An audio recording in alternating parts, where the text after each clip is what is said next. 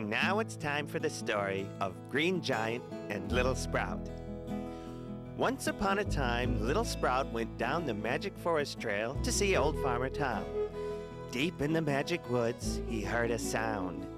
He stopped, and just then a net fell over him and he began receiving blows about the head and neck. He was knocked unconscious. When he awoke, he heard a giggling sound and knew immediately that it was the Keebler elves. The head Keebler elf called the Green Giant and said that he better stop using migrant workers and give his union a new contract with a raise and full benefits, or else he'd never see Sprout again. Luckily, the Green Giant was in the smart room, full of sophisticated tracking and surveillance equipment. Tracing the Keebler elf's phone call and using his space-based intelligence-gathering satellite, the Green Giant was able to precisely pinpoint the location of the Keebler elf's hideout. The Green Giant had no trouble finding the Keebler hideout. With one swoop of his mighty hand, he ripped the top off their tiny treehouse. He found Sprout and in no time at all began the attack.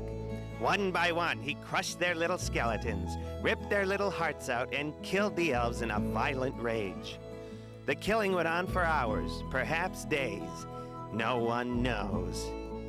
Exhausted from the genocide, Green Giant and Sprout went back into the woods to return home. But suddenly, the little Sprout jumped off Green Giant's shoulder and said, "I don't like you anymore.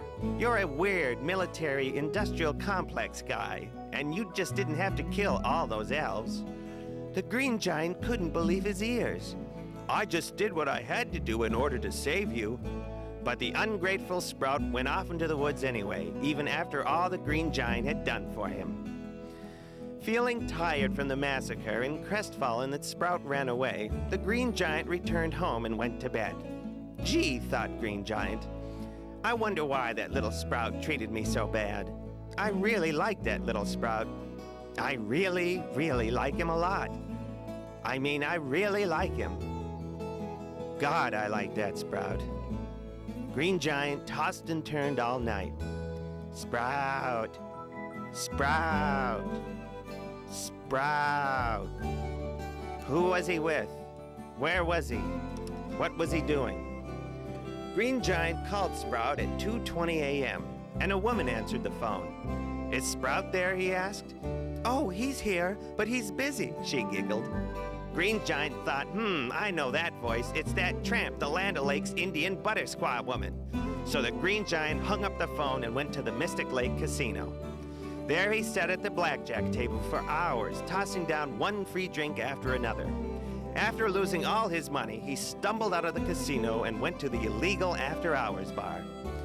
The only people there were third shifters and out-of-work deadbeats, scumbags, and other undesirables. Green Giant sat down and tried to drink Sprout off his mind.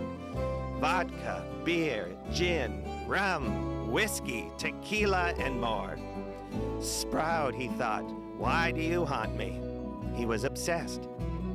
Finally, the bartender cut off Green Giant and demanded his huge tab. "That'll be $86.50, demanded Joe Camel, the smooth bartender. Pathetically, the Green Giant dug his hands into his pockets. His heart sank as he only felt coins, keys, and a lighter. "I'll take care of the tab," came a voice from behind. Groggily, the Green Giant turned and tried to focus on the blurry figure. Finally, it all came together. It was the tall, muscular, clean-shaven, tan, fit, healthy, well-groomed Mr. Clean. The Green Giant was so demoralized and full of alcohol that the first kindness shown to him cracked his will. "Thank you! How can I ever repay you?" cried the Green Giant. Waking up with a terrible headache, the Green Giant thought, "Where am I?"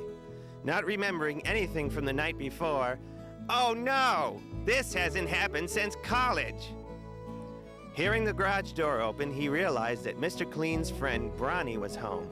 So the Green Giant got up and snuck out of Mr. Clean's well-furnished and neat apartment. He walked down the street and into a Marine recruiter office where he joined up. Green Giant went to boot camp and was immediately sent to Saudi Arabia during the Desert Storm War, where his M2 Bradley armored personnel carrier was hit by friendly fire. The Green Giant's fellow crewmate Snuggles was incinerated, and Green Giant was paralyzed from the legs down. His Bradley was destroyed by a powerful AH-64 Apache attack helicopter, employing laser-guided Hellfire missiles, and a heads-up display targeting system, which the pilot simply used by pointing his head in the direction of the target. It can lock on and acquire the objective, thus ensuring a successful kill.